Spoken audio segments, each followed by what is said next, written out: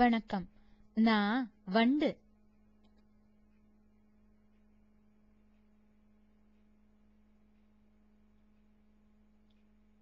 Brown கலர்ல இருக்கேன் பாருங்க, நான் வண்டு. வணக்கம், நான் சிண்டு.